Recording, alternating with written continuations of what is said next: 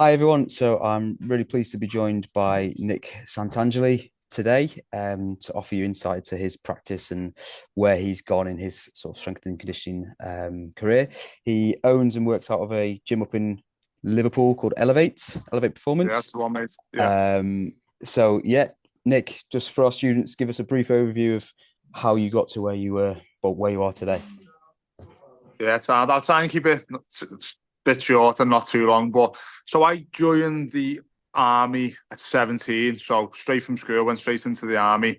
Done a year or two, like normal basic training. Then I went to Afghanistan in 2000 and when was that? 2011, 2012. So I think I was 20 at the time.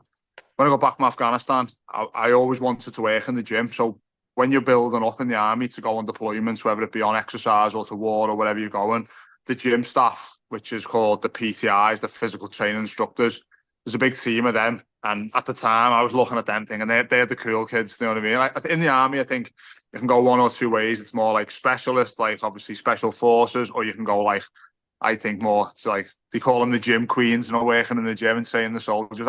I sort of resonated with them boys. So when I got back from Afghanistan, went straight into the gym. Obviously, got to prove yourself, and then I went on all the courses or cadres, however you want to call them, to become a qualified PTI. So I've done that in 2000, let's say 14, 2013, 2014. So just over 10 years ago now. And that was where I started really me coaching. At the time, 2013, 2014, it was very, very basic. The strength and conditioning in the British Army only 10 years ago was poor.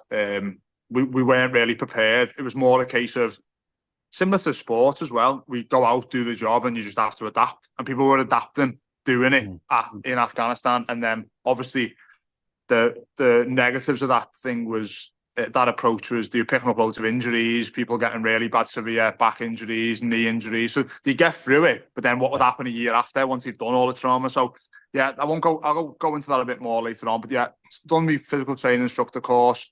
Then I worked as a PTI. So in the army, you have what's called a RAPTCI, Royal Army Physical Training Corps instructor. He's the main man of the gym. So he's like the head coach.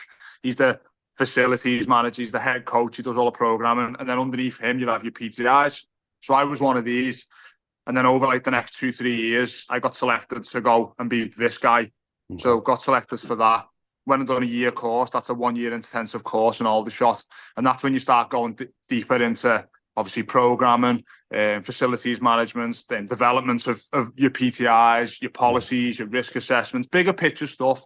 Past that, I've got top students on that. So yeah, Nice. means nothing in Civvy Street, but at the time it meant something. And then yeah, so now I'm this guy looking after the PTIs, about 20. Yeah. You get 20 PTIs, and you're looking after the strength and conditioning from anything from 200 to 500 people.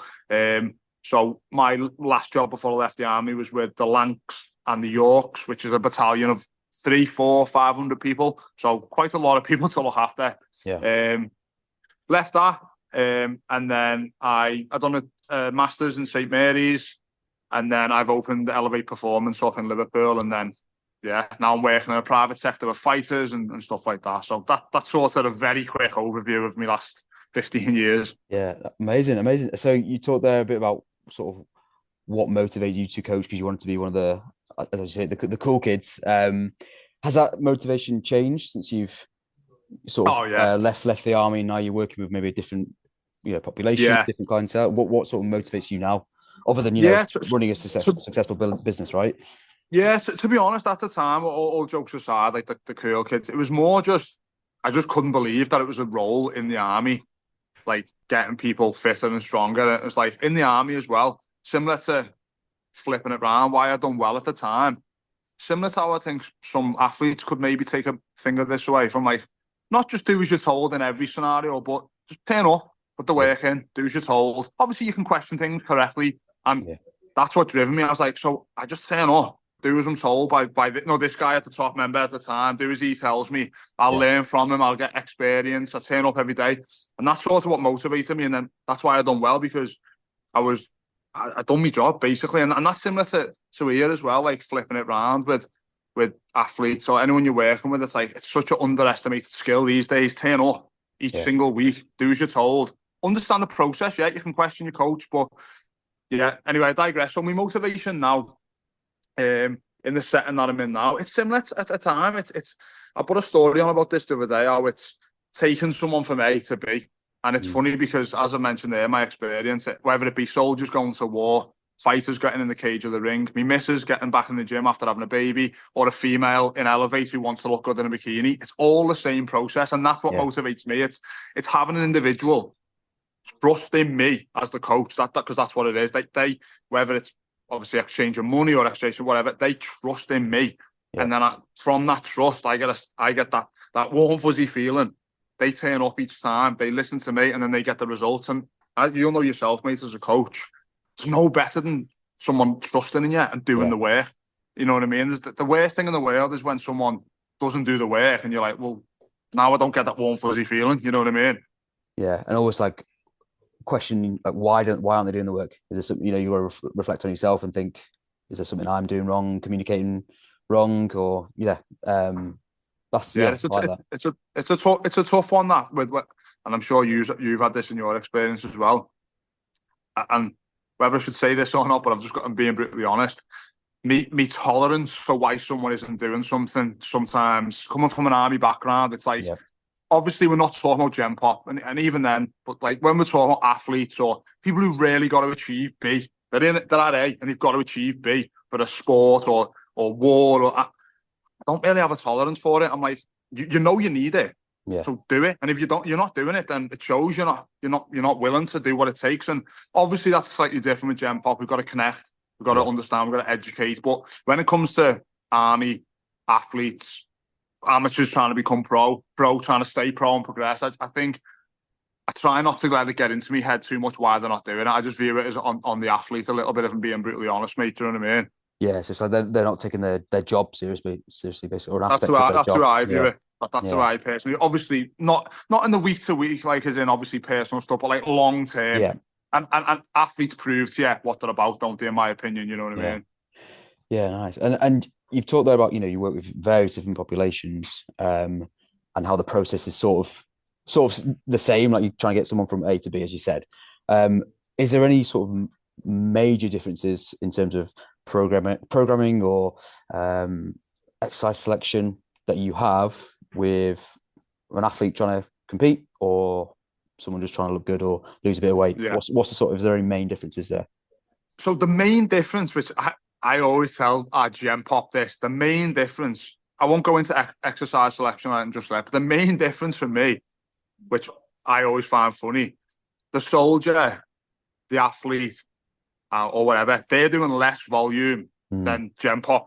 Dave, who works in a bank, I always tell him this. It fascinates me when we've got a 40-year-old mum of 3 coming in the gym 5 times a week, or 3 or 4, whatever it is she wants to do. And she's like, oh, I've only done 4 this week. And I'm like, 4? I train twice a week. I'm like, that fighter there, who is an unbelievable animal, he lifts with me twice a week. That's the key difference. The key difference is trying to educate Gen Pop that 5 times a week, like, bloody hell, that's a lot of training. Like, for strength work, for strength and conditioning. Like, that's my big, and obviously that's what we try and do at Elevate. I'm trying to get them to understand 3 strength sessions per week, non-negotiable, is more than adequate to achieve whatever you sort of want to achieve. Unless you want to be a bodybuilder or a powerlifter, but that's not what we're about. It's trying to educate people at the volume that they're doing. You don't need it. You need this. Look, and I show them case studies of the fighters, the army, myself. I'm like, we lift twice a week. Obviously, we've got that base, but I think that's the main difference, the volume. You know what I mean? The difference between Gen Pop and an athlete is the volume. It's crazy. You'd think it'd be the way around, but it's not, obviously. I think sometimes people value quantity much more than sort of quality work, right? Or high intensity work.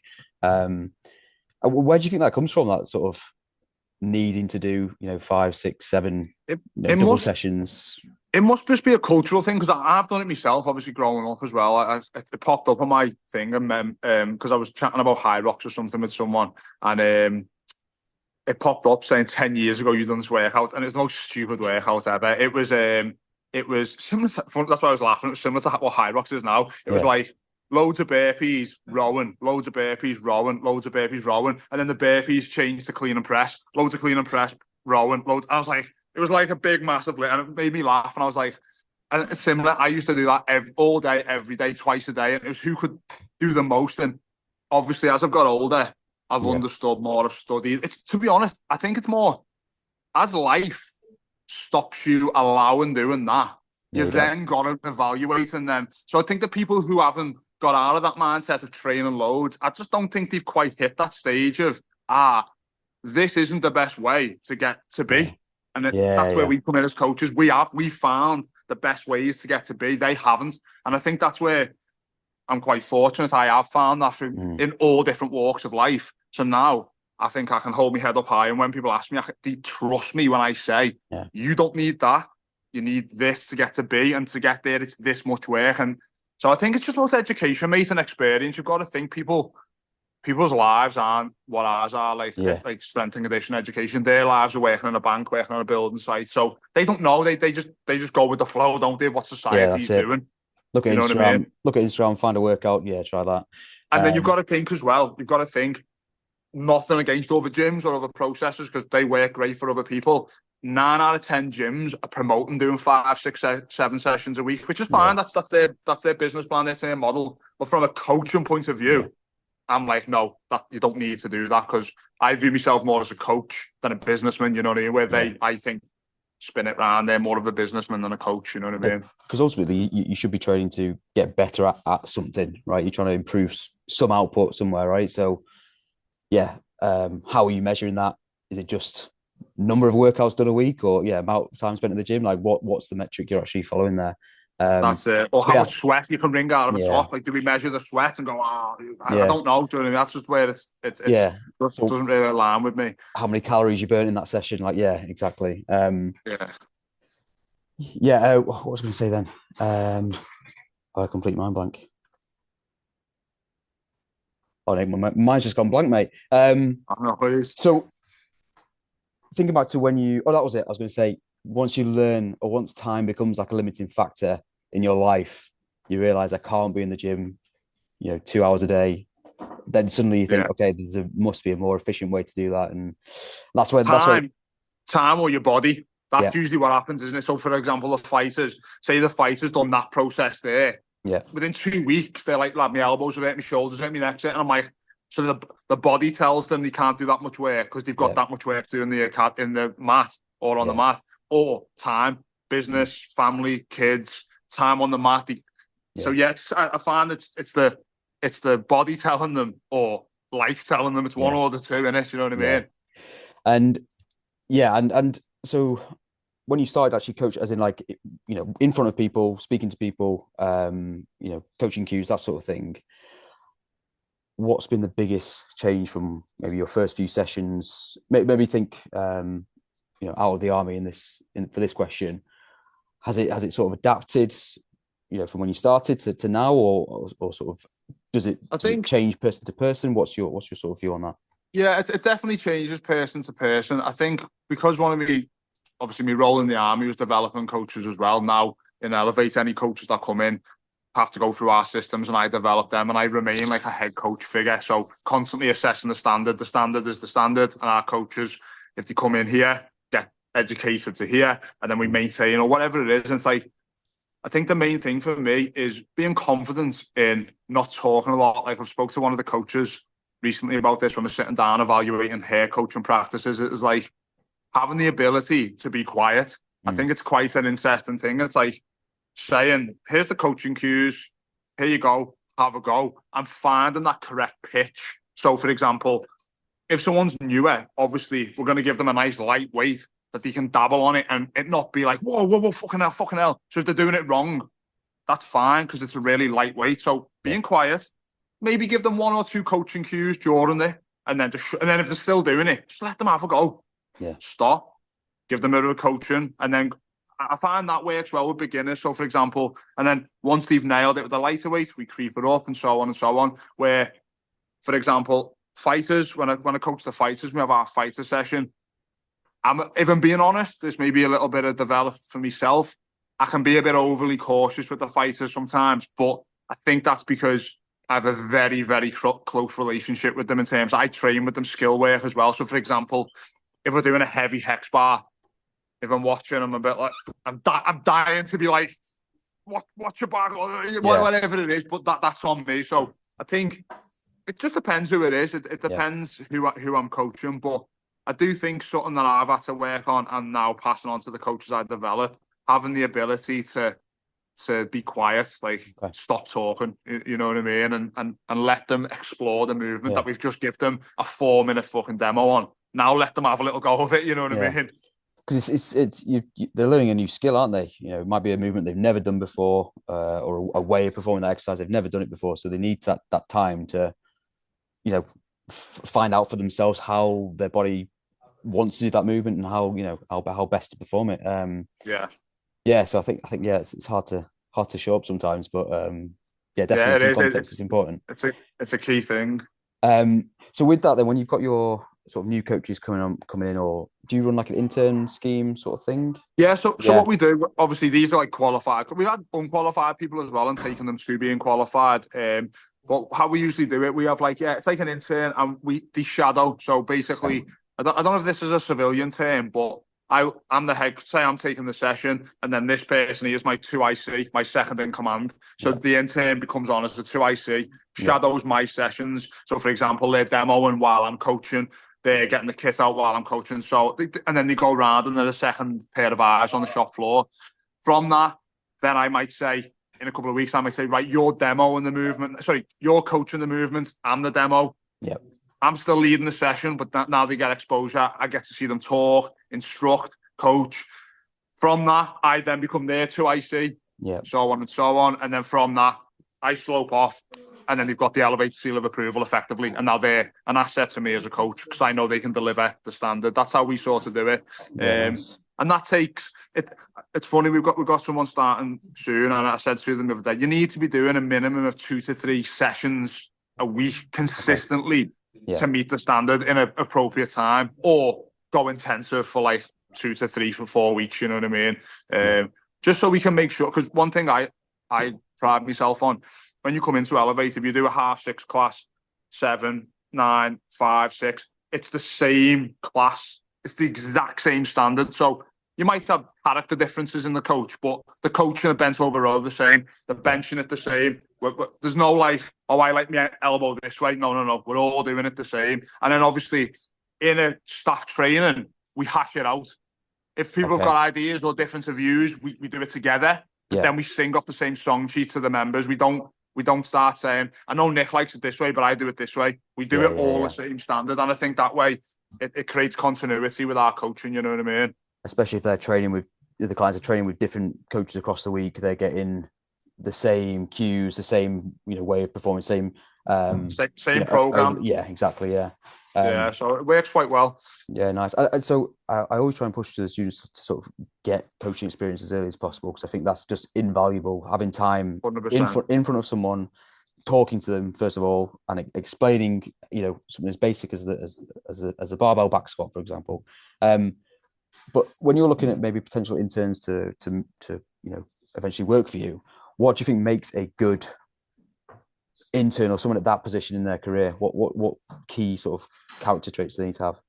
Mate, so the last 2 years since I left the army, we've had 4 successful interns who've now full-time coaches, and then we've had about an extra 3 or 4 who, for whatever reason, aren't coaching here now. So whatever. And honestly, mate, the biggest difference is 2 things, I think. So like commitment and keenness.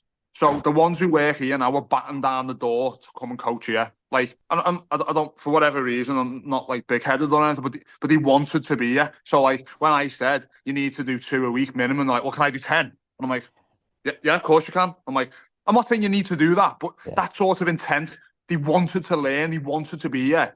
And I'm like, fucking hell. And then it really, you know what I mean? And then secondly, they were consistent with that. It didn't, month to month, they were the same. Like summer, winter, whatever, they were here. So that consistency and keenness, that's the first one. And then the second one is going out your comfort zone. So again, I've had 4 people who are really quiet. 2 of them never took the next step and got out the comfort zone. So unfortunately, could not be a coach here. And then the other 2 are now full-time coaches here. and you'd never know that they started off like a mouse. And it's like, they've clearly got out the comfort zone, listen to what I'm saying. And I've had to say to them at one point, listen, like, you're not getting this. Like, you've got to be more vocal. You've got to be more assertive. You've got to be cutting around the room like you own the room and be on it. And that was like the final chance, and they nailed it. They got it. Do you know what I mean? And it's like going out your comfort zone. No one likes speaking to people the first time. I was nervous to chat with you today, but I done it. Like, it's like, it's taking that step and then going out of your comfort zone. And I think if you never do that, if you stand in the corner like that, you're never going to be a good coach, because ultimately people connect with your personality. They connect with your experience, your personality. And if you can't communicate and be enthusiastic about coaching someone, you're in the wrong job, aren't you, in my opinion? You know what I mean? I'm sure there's an anomaly to that. I'm sure there's some coaches who don't speak to anyone who are really good somehow. But laws of average, in this game, mate, it's quite hard, isn't it? Mm-hmm. If you're not going to make people believe in themselves through you or be happy, you're not going to get them on board. You know what I mean? Yeah, especially if you're having to see someone at sort of 6 a.m. in the morning. You've got to be that person who's get everyone going. Or 6 p.m. after work when you've had a rubbish day and you come in and you're like, you know what I mean? And also, I think let's say it is your first session with a group or a couple of people or one-on-one, they're going to be under no illusion that it's your first time. So you're probably going to be, fumbling your words a little bit or making some mistakes. So I think it's important to sort of not put so much pressure on yourself getting it perfect, but just at least trying, right? At least having a go, and like you say, getting out of that comfort zone. 100%, mate. I think that's on me as like the head coach or the facilitator, whoever you are interning for. They've got to make you feel warm and fuzzy, and that's one of the things I say to the coaches. It's like, it's us against the world, as in not our members, but like, I've got your back, you've got my back, and don't worry. And that's where the one I see, the person in charge and the two I see comes in. If they're fumbling or whatever, just jump in, help them out, bam, bam, bam, bam, move on, let's go. And I've had to do that 100 times, and it gives them the comfort of like, and then we realign and we go again. It's like, it's that team ethos in terms of coaching and developing, and I think when you belong to something, because this is one thing I was quite nervous about leaving the army as well. When you belong to a coaching team, it's quite rare, isn't it? As you know, in this game, it can be quite lonely. I think one of the things we have at Elevate, when you're doing an intern, you belong to that organisation, and that's a big deal to even be at that thing. So that should give you confidence to, as you said, not put pressure on yourself. You have a dabble. If it doesn't work out, don't worry about it. You debrief. We go again the next day, the next day. No one cares as long as you're trying. It's trying to improve every time as well. That's it. Also, if we never speak like that, we're never going to fail and push forward and try and fumble our words and get it right. And that's when the interns don't take that fumble step, then I just can't work with that. That's because I'm like, you're not even trying. You know what I mean? Yeah, you've got to take that first step into the unknown. And also that point about sort of belonging or being proud of where you work or being proud of what you do, it makes you want to do it well and like try and meet that standard that you've sort of set there. So yeah, I love that approach. So you said you did your masters, right, in S&C. So with that, then, how much does sort of current research and findings sort of influence your program design, or does it sort of maybe not impact it too much, or like what's your sort of stance on that element?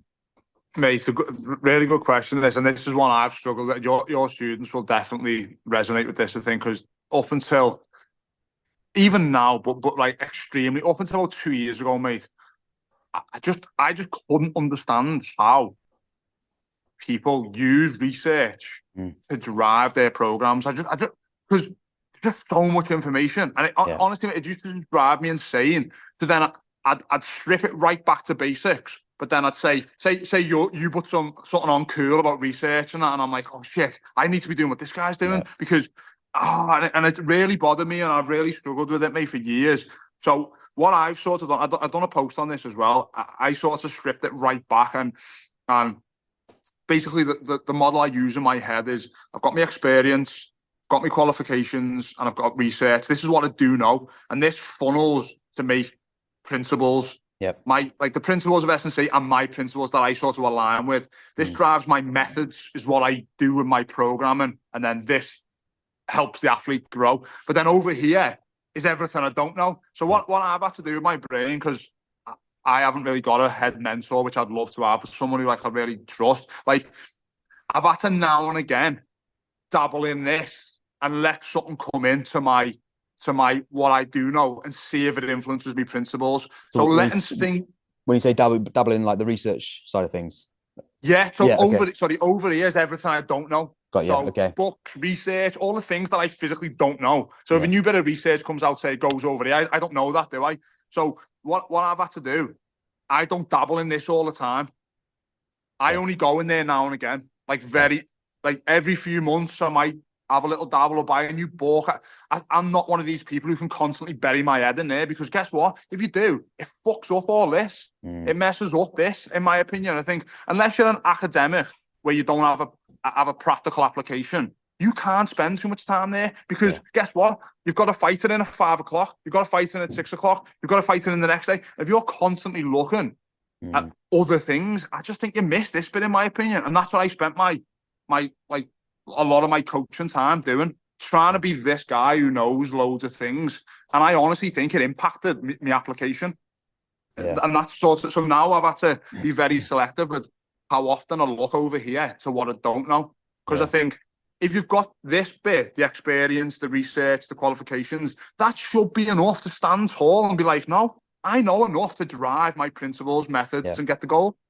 And then if you do, you're like, okay. So now I let little things in, and that might fluctuate a little bit of this, but it doesn't like categorically like ruin it. You're almost sort of performing your own research in the real world, right? By what worked, what didn't work. Yeah, exactly. And I'll pull a little bit of this in, and that'll I might use this method here. So I might research something and think, right, apply that method here. Does it change my principle? No. Does it achieve a goal? Yeah. There's another tool in the toolbox. And then this goes up to what I do know. So I think it's important to have like your sort of like straight and narrow of programming and understanding and whatever your approach is. And then let little things in now and again. See if they work. If they work, put them up here. And if they don't work, they still go here. You just know they don't work on certain demographics or whatever. But I have struggled with that for like the last however many years. So I think your students would definitely resonate with that. Yeah, it's like you said at the start, it's tricky because there's so much out there, right? And you can sort of have like a bit of paralysis by analysis where, there's all these things I could do, all different protocols, all different ways of training, ways to get to a goal. What am I doing for this hour with this person in front of me? But like you said, if you've got those fundamental like principles, they should stand you in good stead, and like you say, tweak as well. For example, if someone walks through this door now, whether it be a fighter, a soldier, or Gen Pop, I'm going to use a similar application of process to train them for this very first session, just to see what they're about and their current standards, and then it'll go left and right, or whatever movements I need, the intensity that I need, the goal. But ultimately, I'm going to see how they squat, I'm going to see how they bench, I'm going to get them pressing above head, I'm going to get them hinging, I might get them doing some jumps, but it's very, very similar, because I have my blueprint in my head, and then I manipulate that blueprint based off the individual. But I wouldn't be able to do that if it wasn't for up here, the qualification, the experience, and the real life application of a decade of work. And if you're constantly looking at what you don't know, you'll never get that application right. You know what I mean? I think the main thing is to have a go safely, backed up with some sort of knowledge, of course, not just making random stuff up. As long as you're not hindering the athlete, or like as long as when you're newer to the game, as long as you're not hindering them and it's safe, I think just have a go. Just find some sort of principles and some sort of program, dabble in it, learn, and just get going. I think the biggest thing, mate, for interns is if you can get some sort of mentor, and I don't mean a mentor who like runs a mentorship program. That's also fine, but I mean more like my coaches here now. Not that I'm the pinnacle of knowledge at all, but I've got a lot of experience compared to my coaches. So it's like they have someone to sound off. Like they have someone to ask, and I might say, I don't know. Maybe we look or chat about it, but I might say, X, Y, and Z, and like, oh, thanks, Nick. Bang. That saved them a year of scratching their head that I had to scratch my head for. You know what I mean? Yeah. Yes, it's finding someone who's sort of in a position you want to be in, who's got that experience, who you can ask questions and get sort of pragmatic answers to, right, and actionable things. I think that's 100%. Because if you look at the coaches here, I think the most ones been coaching 3 years, 3 years, 2 years, and 1 year. okay. And when I look back to when I was 3 years, 2 years, and 1 year, fuck me, mate, they're 100 times better than I was. Yeah. They're close to me now. Yeah. After 1, 2, 3 years, where I was still doing burpees 3 years in. You know what I mean? Yeah. It's like, so I think the best way to fast forward your growth and experience is get in a good gym, get in with a good coach, and befriend him, whether it be paying for his services or ask him, can you work? I don't know, but if you can get someone who's a little bit further ahead of you in experience, who's a good guy or a good girl, you're gonna fast track very quickly, in my opinion. So imagine how when the guys are 3 years deep now, are 10 years deep, and they're interning someone who's a year in, you know. That's it, mate. And they'll be better than me, mate. You know what I mean? It's like, and that's what it's about. And then ultimately for me, I want my coaches who work here to make me keep up in my game, and I've got to keep developing because I've got to lead them. And then ultimately, if any of them not overtake me, but say they do, I'm buzzing. I'm like, fucking hell, I can now ask you questions, and that's what it's about, isn't it? Like, that's where I view it. I want us to all be pushing forward, all developing as coaches, all earning good money, which we all should be if we're good coaches. And striving as a team. That's sort of what I try and set up at Elevate. Yeah, I love it. Right, Nick, we've got about 3 minutes left. So I'm just going to ask you one last question. I know you said you're not big into sort of books and research and stuff, but do you have any recommended podcasts or resources, or it could be a book that you've read and thought that like sort of makes a certain subject area really clear and easy to understand and that sort of thing? Mate, I'm not even going to pretend that I could recommend it. Honestly, I'm so unacademic. It's unreal. I absolutely scrape. Honestly, and I wish I could just go, and pretend, but I can't, mate. I have stacks of books from uni, and I'm one of these that flicks through them, mate. And if I'm being honest, mate, it's literally, I've done it the hardest way possible. I've learned through 10 plus years of doing things the right and the wrong way. And honestly, I couldn't even give you one that I'm like, oh, definitely that. And it's quite embarrassing to say, but I want to be honest to your students, because there might be students out there saying, I really struggle with books. And I do, mate. I'm really not, I can't spell. I scrape through my masters. So if I'm being honest, mate, there's not one single book that sticks out. I've bought them all. I've flipped through them all. But my key message is get coaching, get learning. You know what I mean? Flick through the books, have a look, but get experience, mate. That's me. If I'm being honest, you know what I mean. I love the honesty, and I think that's a great answer. You've got to do it one day, right? So you might as well, understand some sort of fundamental principles, but then go and apply it in some context. Mate, I've looked at flicked through too many books, and I just like, this is like burning my head. I was like, I had to get the experience. You know what I mean? Yeah. Brilliant, mate. Well, Nick, thanks for your time, buddy. I'm just going to hit stop on the recording there.